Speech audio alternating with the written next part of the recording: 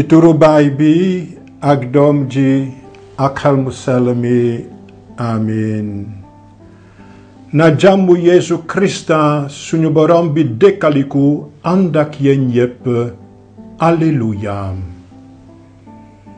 sumay mbokk yi di seetaan Laudemus Dominum ci rajo Dunya Vision maa ngi leen di nuyu di leen gërëm ngir seen takkute ci émission bi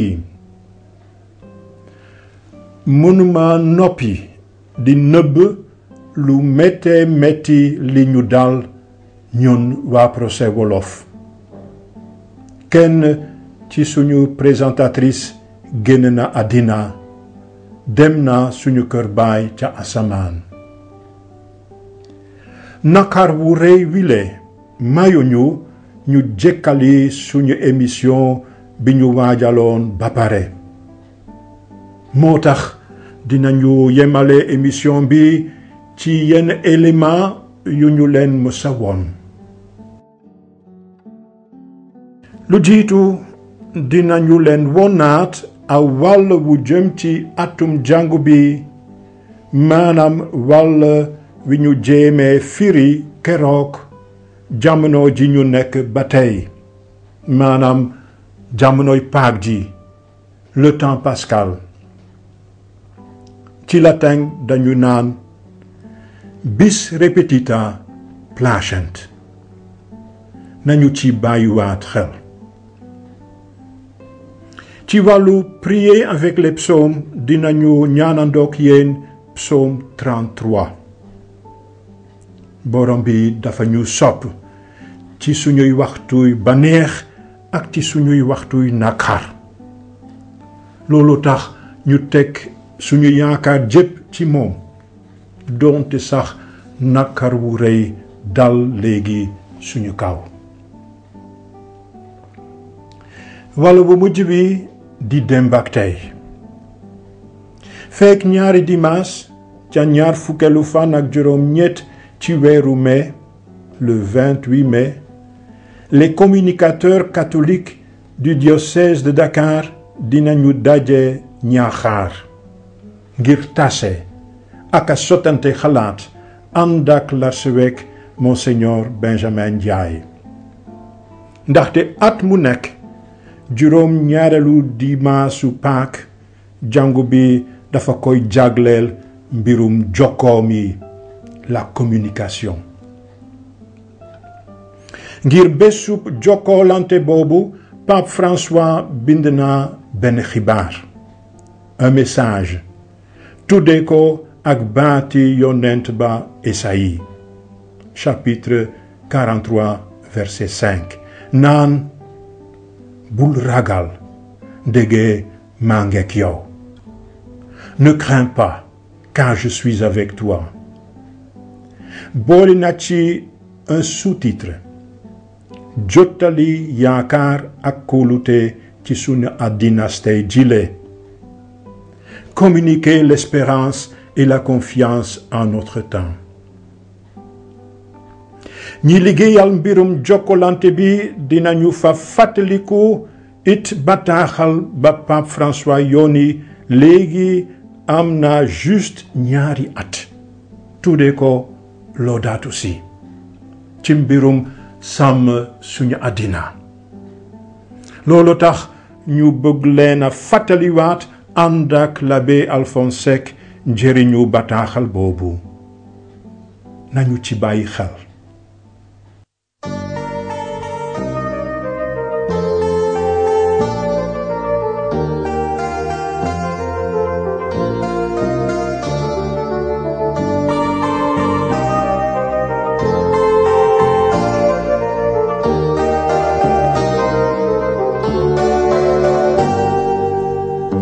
Fais de nous un peuple de témoins pour dire au monde tes merveilles. Tu viens demeurer au cœur de chacun et ta parole nous réveille. Fermer les yeux pour tout quitter et les ouvrir sur l'inconnu. vouloir donner son Fils unique, être témoin de la confiance. Tu fais de nous un peuple de témoins pour dire au monde tes merveilles. Tu viens demeurer au cœur de chacun et ta parole nous révèle. Samay mbokk yi bëgg nañu wéyal suñu njàngale yi jëm ci atum jàngu bi. Nos catéchèses sur l'année liturgique. Ndaxte atum jàngu bi dafa mel ni ab téereb catéchisme buy jéem a laal suñu xol. Un catéchisme du cœur. En célébrant la liturgie, nous apprenons notre catéchisme. Keroog ci suñu njàngale mi ñu def ci dimanche sorsoor ak coonoy borom bi bàyyi nañu suñu xel ci mboolem xew mi ñu naan ci latin Triduum Pascale di ñetti bési Pâques yi. dale ko ngoonu alxames ju sell ji ba dimaasu dekkaliku borom bi topp nañu Yeesu ci tànkam yi. moom jaar na ci lu méttee métti ndaxte jàpp nañu ko ate ko dee daaj ko ca croix mu dee ñu rob ko. loolu lañu fàttaliku ak teewal ci bés bu jiitu bi ci ñetti bési Pâques yi. lu mu dee dëgg-dëgg moo tax jaarukaayam son parcours yóbbu ko ba ca barsàq le séjour des morts. jaar na ci lu lëndëma lëndëm ci lu neen a neen. loolu lañuy fàttaliku ak a dund ci samedi bu sell bi di ñaareelu bés bi ci Triduum Pascal bi. waaye ci ñetteelu bésu Pâques bi yàlla xelmatiloo nanu leerug dekkaluku borom bi. ci lañu yuuxu ngir bànneex di xumbala xumbal leer gi mu nu may. ndaxte yëkkati na Yeesu dale ko barsàq yóbbu ko fa moom jox ko tur wu sut wépp tur ndax oom bu nekk ca asamaan ak ci suuf si suqu te yéene naan Yeesu Krista di borom bi ci ndamalu Yàlla baay bi.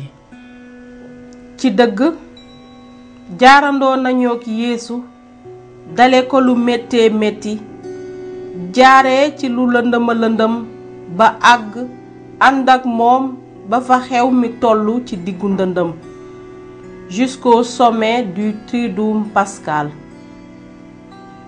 bu ko defee solos ñaari bés yu jiitu yi ci Triduum Pascal moo di jublulooñu ci xolu xew mi di dibéeru Pâques dekkaliku borom bi, dimanche de Pâques, la résurrection du Seigneur.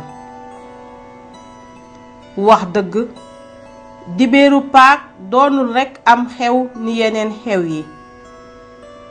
Pâques moo di xew mi dàkk ci xew yi, la solennité des solennités, ni l'Eucharistie bi nekkee gën di sacrement ci sacrement yi, le grand sacrement. kumpak dekkaliku gi nga xam ne jaarale ko ci moom la Krista bi daane déega mu ngi dugg ak kattanam gi gépp ci suñu jamono yu màgget yi ba lépp déggal ko. waaye nañu moytu xumbal am xew mën nañoo gëlëmal gumbaloo ñu sax, ndaxte su fekke ne ci di baamtu alleluya la suñu xumbal yem mayo ñu borom bi mu laal ñu dëgg-dëgg.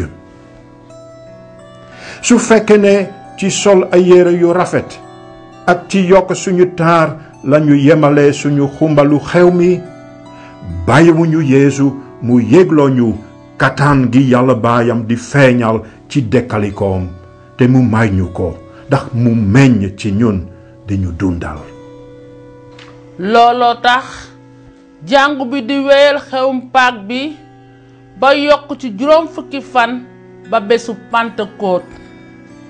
dimanche Pentecôte rekk mooy tëj la cinquantaine pascale di jamonoy Pâques ji le temps pascal. nañu xool ñaan gi jàngu bi di ñaan ci turu mbooloo mi ci meesu ngoon bés bi jiitu Pentecôte sax nii lañuy ñaane. yàlla aji dund aji katan danga bëgg ñu di xumbal xewte kumpak Pâques lu tolloog juróom fukki fan te ñu tëjee ko xewteeg Pentecôte bi.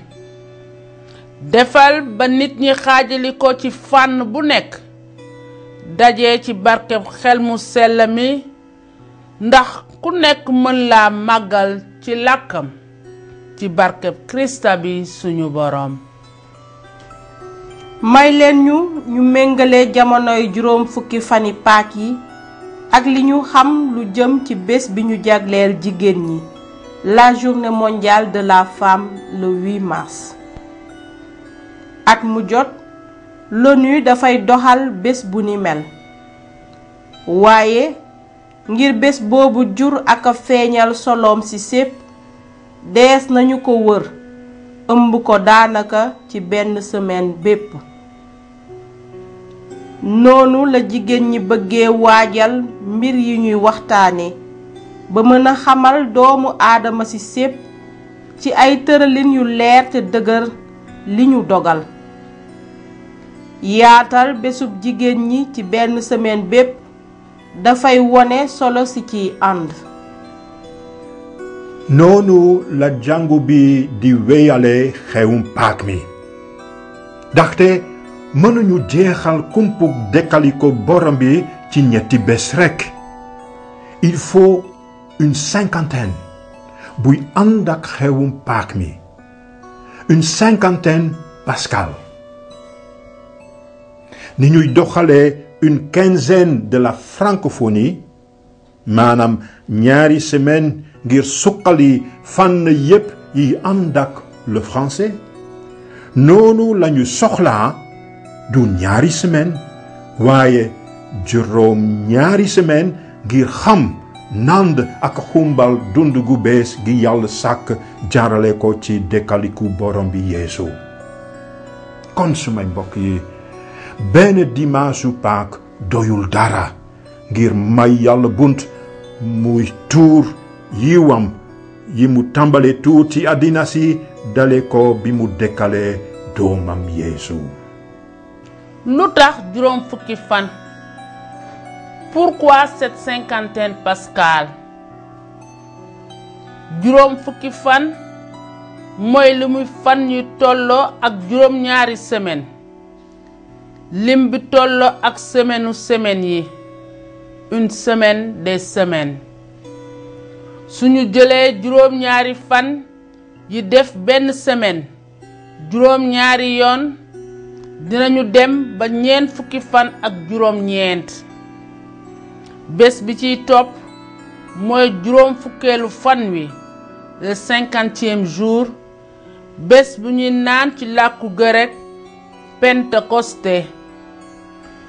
boole ci héméra di baat bu grec bu ñu waxatul te muy tekki bés. une cinquantaine dafay tegtal jamono ju mët, une plénitude de temps. gannaaw ñeent fukki at ak juróom ñeent waa Israël xumbal nañu am atum baaxantal, une année jubilaire. ca at mooma waroon nañoo beesalaat lépp di yaatal jaam yi. bi mu ko defee kerceen ya dale ko bu yàgg li ñuy lim juróom fukki fan ci jamonoy Pâques moo taxoon ñu daan seete jamonoy Pâques jooja ni menn xew. daanaka xëcc nañu benn dimaasu Pâques ba mu ëmb juróom fukki fan. Atanas mu sell mi tudde na jamonoy Pâques jooja benn dimanche bu màgg, un grand dimanche. looloo tax ñuy tuddee dimanche yi ci jamonoy Pâques gi dimanche yi Pâques, dimanche de Pâques. yan tegtal ñooy ànd ak jamonoy Pâques gi? ci lan lañuy xàmmee ne ñu ngi ci menn xewum Pâques mi yàgg moom? tegtal bu jiitu bi mooy sondeelu Pâques bi, le siège pascal. ci guddik samedi bu sell bi ubbi nañu ngonaluk Pâques bi ak safara su bees ci labbe bi barkeel. ci lay taal sondeel bu mag bi yóbbu ko jaarale ko ci lëndëmu guddi gi ba ci biir jàngu bi di woy ñetti yoon leeru Krista baa ngi ni lee, lumière du Christ. mbooloo mi di tontu ñu ngi sant Yàlla, nous rendons grâce à Dieu. chrétien bu nekk dafay taal sondeelam ci takk-takku sondeel bu mag boobu ba jàngu bi fees ak leer gi jóge ci sondeelu Pâques bi. labbe bi dina ko mujje teg ci wetu ambon bi di bërëb bu kawe bi ñu yéene kàddug Yàlla gi. gannaaw loolu labbe bi walla kenn dina yéene ak woy yëgle Pâques ci woy wu siiw wu ñu naan ci latin exultet, maanaam nañu bànneexu. sondeel bu mag bi dina des wetu bërëb bi ñuy jànge kàddug Yàlla gi ba ngoonu Pentecôte. ca gannaaw ga dañu koy taalaat rekk ci waxtu wu ñuy batise kenn ak ci waxtu meesu dëj. sondeelu Pâques boobu wax dëgg Yàlla suñu màndargam Pâques la, màndargam dékkaliku borom bi Yeesu. ñaareelu tegtal bi wone ne ñu ngi ci jamonoy Pâques di wéyal xew mi dàkk ci xew yi lu tolloog juróom fukki fan moo di wéyub alleluya. baatub alleluya ci làkku hébreu la jóge. mën nañu ko toj ci ñaari baat, maanaam xaalal bi tekki màggal, sant, luwe, ak yaa wi jóge ci turu yaawe, tur wi ñu gàttal di naan yaa rekk. kon alleluya dafay tekki màggal leen, naw leen, sant leen Yàlla, luwe yaawe, luwe Jë. ab yuuxu bànneex la, moo di dëgg woyu Pâques ci lañuy wone sunu mbégte. ci jamonoy Pâques gi dañu koy faral di woy, te saa sunu koy woy dañuy yéene ne Yeesoo ngiy dund te dekkalikoo ma ngi ñuy jox dunduk Yàlla gi, gu Baay gi, gu Doom ji ak gu Xel mu sell mi. ci mbirum alleluya bu Pâques, Augustin mu sell mi waare na ci naan, mbokk yi nañu naaw Yàlla jaarale ko ci suñu dund ak ci suñuy tuñ, suñu xol ak suñu gémmiñ, jaarale ko ci suñuy kàddu ak suñu jëfin. Yàlla dafa bëgg ñuy wax alleluya te lépp ànd ak jëmu ki koy wax. ñu di ko woy ak farlu ndax ñu mën koo woyati fa Yàlla bés ci jàmm, maanaam ca aljaan. nañu woy alleluya ci diggu musiba yi ak fiir yi. woyal ni tukkikat bi, woyal te di dox, woyal ngir giifal say coono, bul suuxat jikoy tayeel, woyal te dox. alleluya.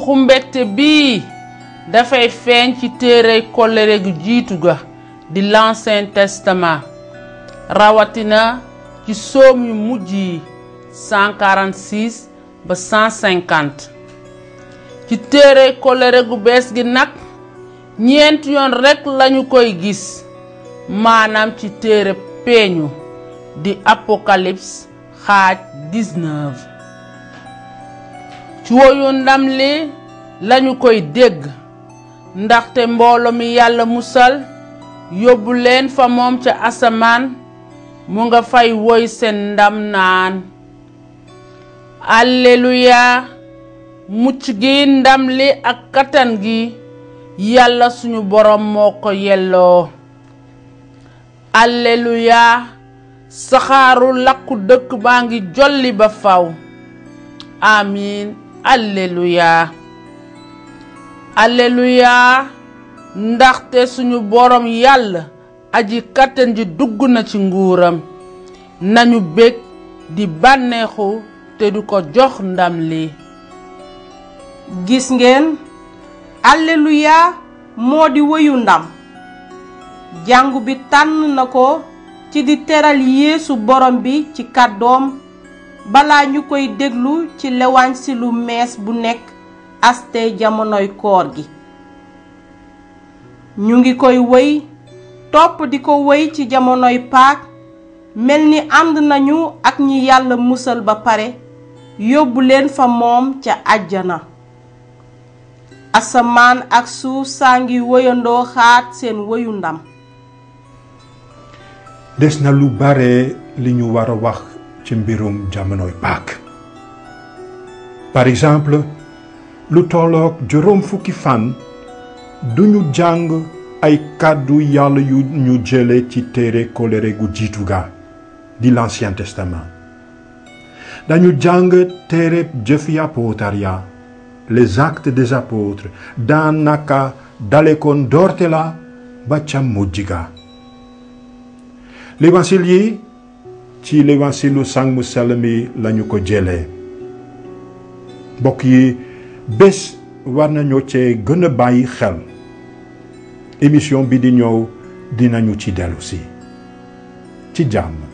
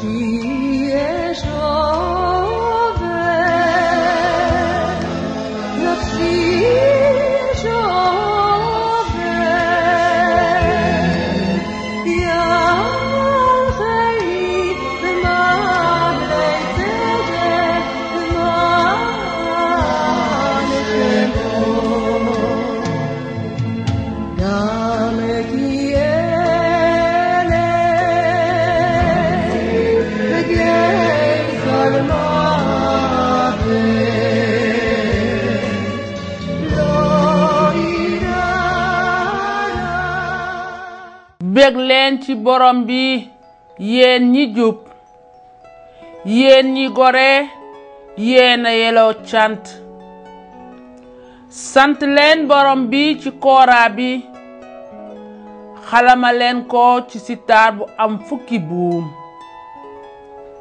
woyal leen ko woy wu bees ak seen mën-mën bépp màggal leen xewte gi waaw baatu borom bi dafa jub dafa takku ci lépp lu muy def dëgg ak njubte rekk la bëgg suuf si fees na ak cofeelam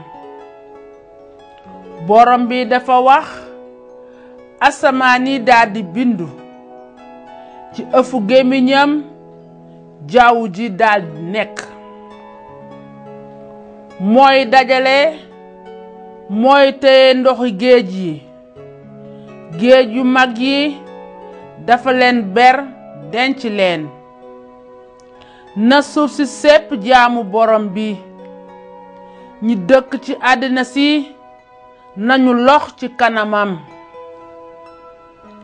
moom wax na te li mu wax am. mu yebal te la mu àtte bindu. daaneel na li xeeti tëraloon te tas li mbootaay yi xelowoon a def. li borom bi dogal du deñ mukk. bëgg-bëggi xolam dañuy sax jamono. aka bare muur xeetu seete yàlla ni boromam. bare na muur mbooloo mi yàlla tànn ni ndonoom. borom baa ngi tollu ca kaw asamaan di seppali. mu ngi gis bépp doomu aadama. dale ko dëkkuwaayam borom bee ngi sëppu waa àddina si sépp. moom mi bind xolu ku nekk xam na bu baax seeni jëf yépp. muccuk buur ajuwul ci xareem. ndamal xarekat bi du ci dooleem. ab naxe la ngir ki teg ndamam ci kaw fas yi. ab xare du maye mucc gi. yàlla ngi sàmb ñi ko ragal. ñi wekk seen yaakaar ci cofeelam ndax musal leen ca deega. te sàmm seeni fan ci jamono bekoor. suñu fit a ngi xaar borom bi. moo di suñu ndimbal ak suñu yirukaay. suñu mbégteem xool ci moom la jóge. suñu kóolutee ngi ci turam wu sell wi. borom bi na sa cofeel nekk ci ñun nu ñu defee suñu yaakaar ci yow. Criez de joie pour le Seigneur, homme juste. Homme droit, à vous la louange. Rendez grâce au Seigneur sur la cithare. Jouez pour lui sur la harpe à 10 cordes. Chantez-lui le cantique nouveau. De tout votre art, soutenez l'ovation. Oui, elle est droite la parole du Seigneur. Il est fidèle en tout ce qu'il fait. Il aime le bon droit et la justice. La terre est remplie de son amour. Le Seigneur a fait les cieux par sa parole, l'univers par le souffle de sa bouche. Il amasse, il retient l'eau des mers. Les océans, il les garde en réserve.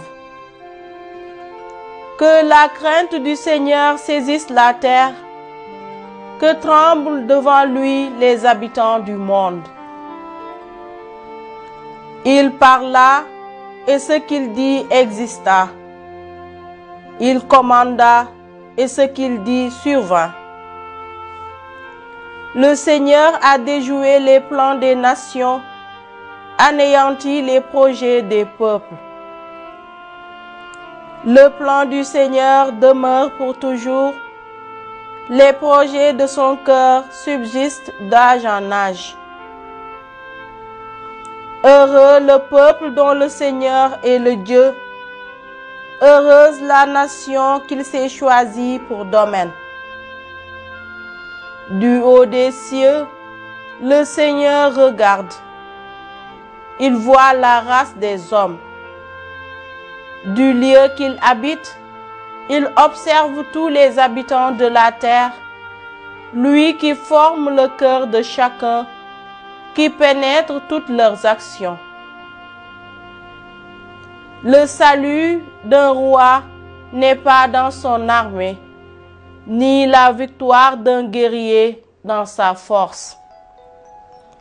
Illusion que des cheveux pour la victoire, une armée ne donne pas le salut. Dieu veille sur ceux qui le craignent, qui mettent leur espoir en son amour pour les délivrer de la mort, les garder en vie au jour de famine. Nous attendons notre vie du Seigneur. Il est pour nous un appui, un bouclier. La joie de notre cœur vient de lui. Notre confiance est dans son nom très saint. Que ton amour, Seigneur, soit sur nous comme notre espoir est en toi.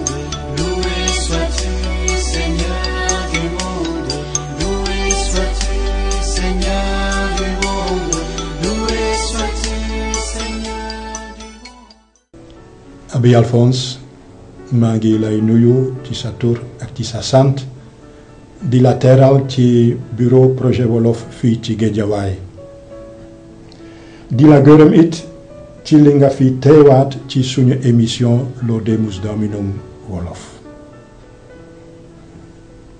maa ngi lay gërëm Père Herman ci woote ngeen ma woo ndax ma ñëw waxtaan ak ñëpp ñi nga xam ne ñoo ñuy déglu ci fànn boo xam ne lu am njëriñ la te ñu jëlee ko ci suñu pape François. Abbé Alphonse xam naa ne say bés fees nañu ndaxte dale ko daaw sas nañu la nga jiite Caritas national muy sas bu diis te laal réewum Sénégal mépp ba yóbbu la bitim réew léeg-léeg ndax xam sas woowu terewu la nga jébal si ñu waxtu ngir njàngale mi ci suñu émission ni ñu ko baaxu def woo nañu la nga leeralal ñi ñu seetaan mbirum bataaxal bu mag bi Pape François yónni daaw waa jàngu yi ak doomi aadama yi yépp ci boppu bataaxal bi bind na ngir lewek yi ngir labbe yi ak jaakar yi ñi jébalu ci yàlla aji ngëm layik yi ak it ngir nit yi jàmm ñi ñépp ak à toute personne de bonne volonté kon ñépp lañu war a yégal mbir mi bataaxal bii di firi. loolu tax laaj nañu la nga dimbali ñu ngir xamle ko ci tënk. xam nga li tax ma gën a sawar a ñëw ci émission bi parce que ñun làbbe yi bokk na ci suñu sas ñu di jàngale te li jóge ci pape bi dafa di loo xam ne nit ñi war nañ ko xam rawatina su pape bi di bind wala muy wax pour àddina si sëpp bataaxal bii mu yónnee doon bataaxal bu am solo xam naa ci kanam sax dinaa ci mën a dellu si waat suñu jàppee li ñoo woowe titre maanaam tur bi mu jox bataaxal bi daf ko jëlee ci François d'Assise mi nga xam ne moo tax mu jël turu François ku dégg turu François d'Assise xam nga ni mu nekkee ak li yàlla bind mu mel ni dafa def àdduna si ak lépp li ci ne comme ci loo xam ne day dund ci benn njaboot moo tax di mu jiital mooy gërëm ki nga xam ne mu bind asamaan ak suuf loué sois-tu Seigneur maanaam di màggal yàlla di ko gërëm moom mi nga xam ne mu bind suuf si te François am ni mu gisee suuf si dafa ne la terre notre sœur maanaam suuf si suñu jigéen ne tamit suuf si suñu yaay bi nga xam ne daf ñuy dalal te yaay buy dalal doomam daf koy yaatal ci kër gi donc mu mel ni suuf si fi ñu yàlla daf ñoo àggali dalal ñu yaatal ñu te rawatina nag di ñu may li nga xam ne moom la ñuy dundee di ñu may loo xam ne dafa rafet loo xam ne sax dina tax suñu xel suñu xol mën a dem ci ki ko bind donc loolu am na solo ci titre bi nga xam ne moom la pape bi jox bataaxal bi mu yónnee te li ñu mën a wax tamit ndax nit ñi gën koo xam bataaxal yi pape yi yomb bind toujours seen tur dina jóge ci ñaari kàddu latin yi jiitu pacem in terris ak yeneen waaye fii pape bi jëlul kàddu yooyu ci latin daf ko jël ci italien ci maanaam ñaan bi ni ko François di ñaane wala woy bi ni ko François di woyee moo tax mu ne ko Laudato si mi Signore waaye li mu ci yokk mooy la sauvegarde de la maison commune maanaam aar kër gi nga xam ne dañ ko bokk ñun ñëpp te defe naa ne suñu doon wut kàddu boo xam ne dafa am doole ci bataaxal bi pape bi bind loolu bokk na ci kër gi ñu bokk ba tey sooy déglu wala ngay seetaan télé di nga gis yàggul dara président France wax na ko ci benn discours mu utiliser kàddu googu notre maison commune mu mel ni tey ñëpp jàpp nañu ne àdduna si suuf si ñëpp a ko bokk kenn moomu ko te loo ciy def war ngaa mën a sóoraale ñeneen ñi nga xam ne dañoo ànd ak yow bokk ko parce que loolu day wone ne pape bi dafa ne àdduna si li ñu jànkoonteel tey wala li nga xam ne moo war a doon suñu mbëbët lu am solo la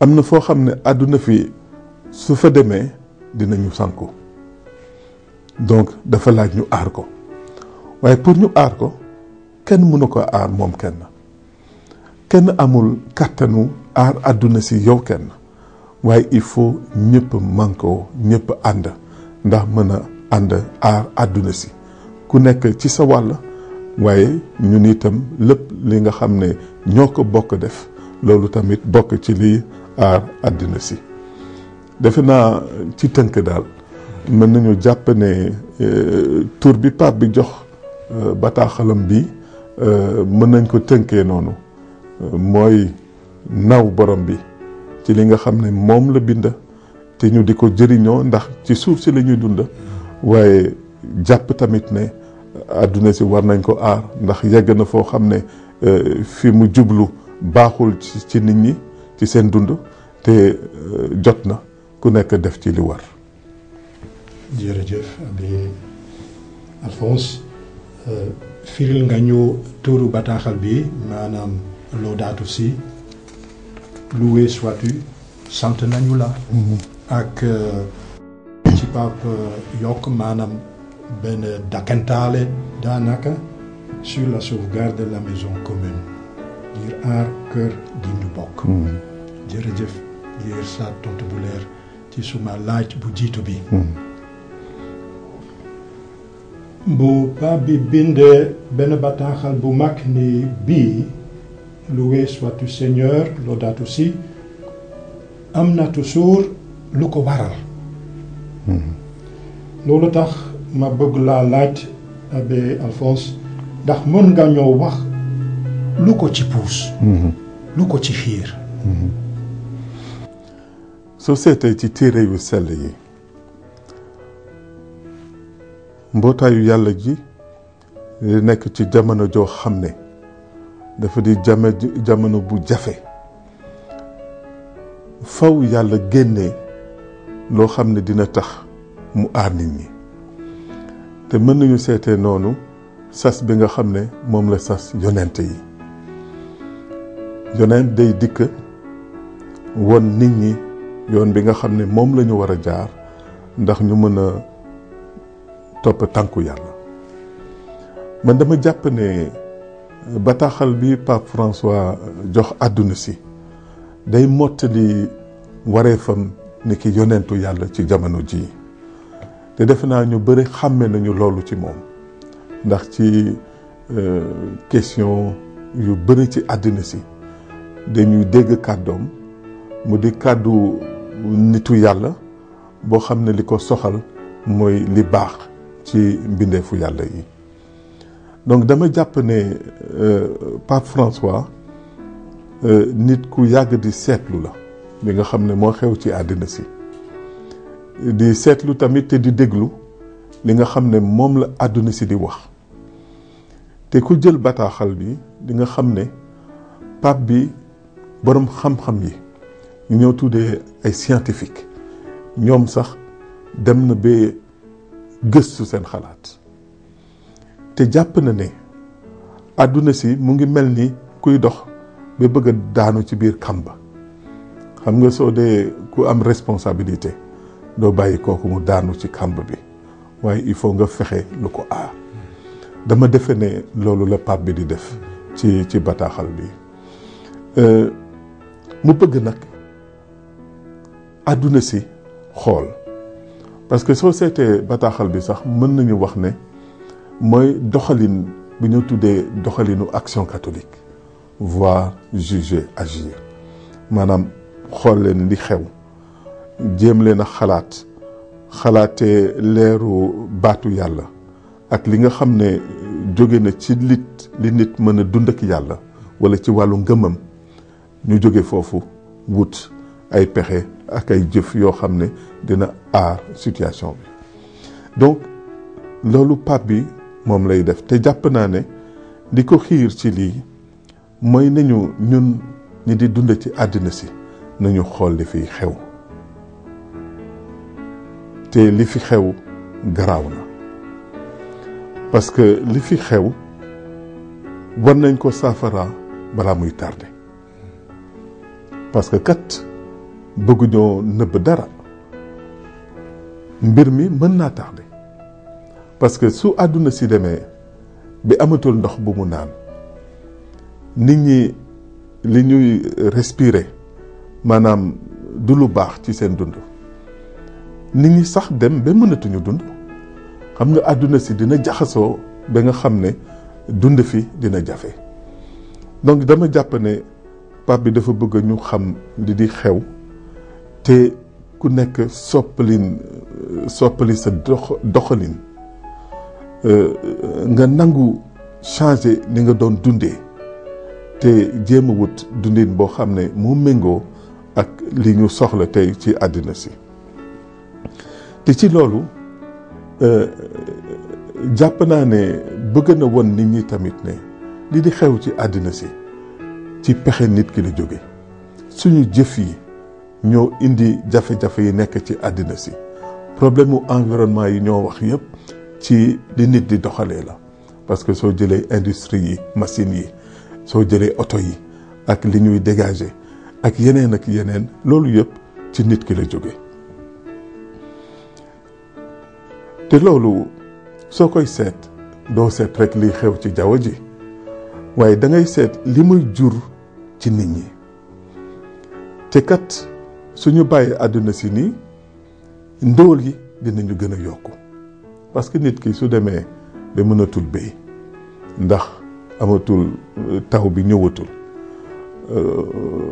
mu mar mu rafle kooku fu muy dem daf koy wuti fa mu yaakaar ne foofu la mën a amee. ñi fa nekk tamit ñooñu di aar li ñu moom xam nga dootuñu nangu nit ñëw mu mel ni li nekk ci àddina si te nit ñi di ko jëriñoo ni ki ndox ak yeneen su yàggee dina indi fitna diggante xeet yi diggante nit ñi te loolu tamit nekkul lu baax. te papi jàpp na tamit ne li ñoo wax du rek parce que li ñoo tuddee changement climatique dafa am waaye conséquences yi ci nit ñi moom la gën a xalaat.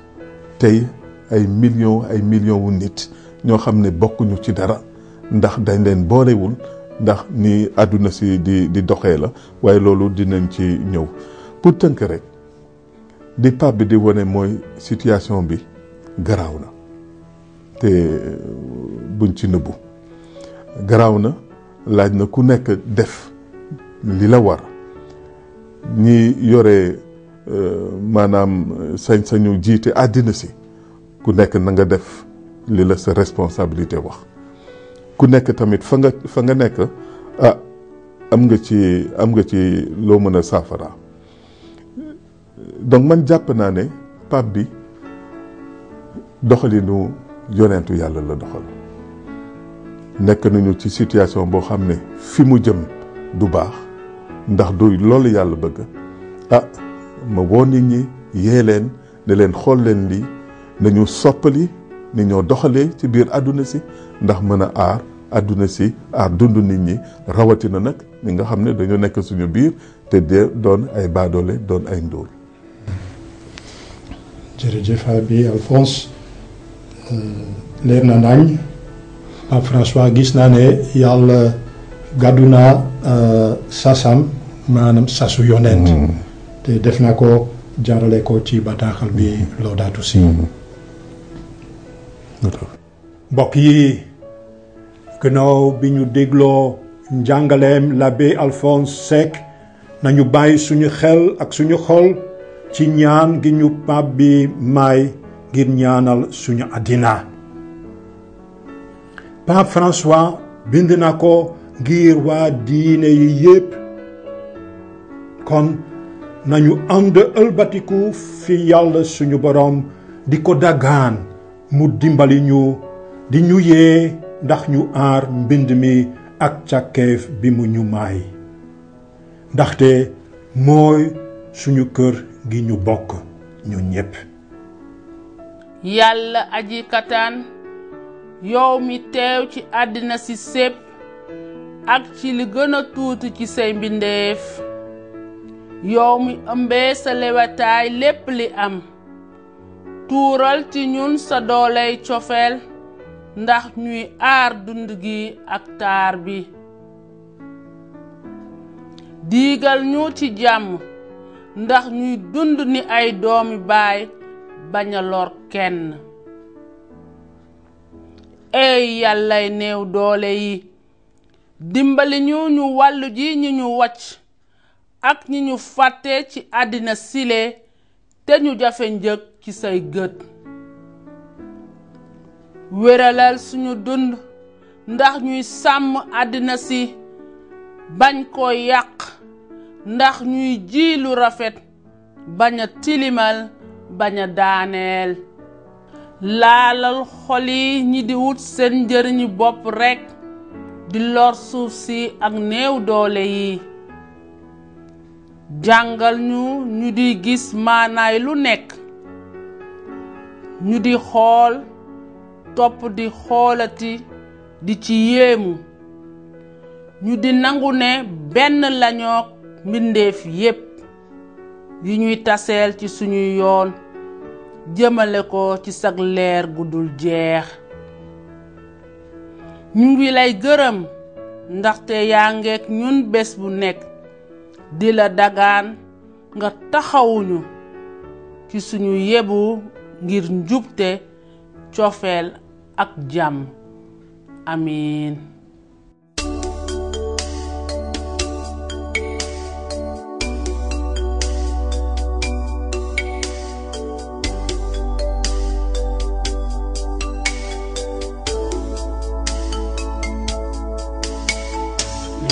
Sois-tu, Seigneur du monde, loué sois-tu, Seigneur du monde, loué sois-tu, Seigneur du monde, loué sois-tu, Seigneur du monde.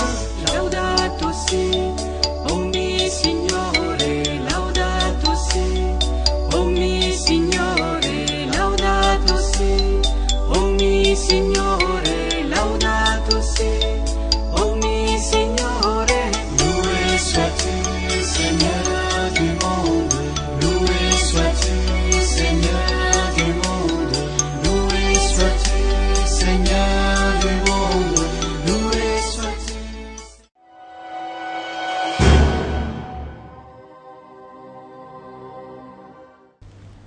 mbokk yi, ni ma leen ko waxe woon ci ndorteel émission bi, kenn ci suñuy doom génn na àddina, dem na suñu kër baay ca asamaan, Madame Antoinette Bakourine Gomis. Nakar wu rëy dal na waa këram, dal na it ci ñun waa Procès Wolof. dale ko octobre 2008 dafa liggéeyandook ñun ci émission bii ba feeñ régulièrement ci écran bu ndaw bi. sawaroon na ci tibbe ko fu xóota xóot ci suma xol. maa ngi koy gërëm ngir lépp li mu def ni lectrice ci émission bi, ni lectrice ci paroisse Saint-Abraham bu Guédiawaye ngir ndamal yàlla. nañu ko ñaanal ndax yàlla ëmbee ko cofeelam di ko dalal ci noflaayam. na noppalu famoom di gën a yéeg jàmmam. ànd ak Yob mu sell mi ñeme naa wax, borom bee mayewoon, borom bee jëlaat, barke yàlla na turu borom bi ci jàmm.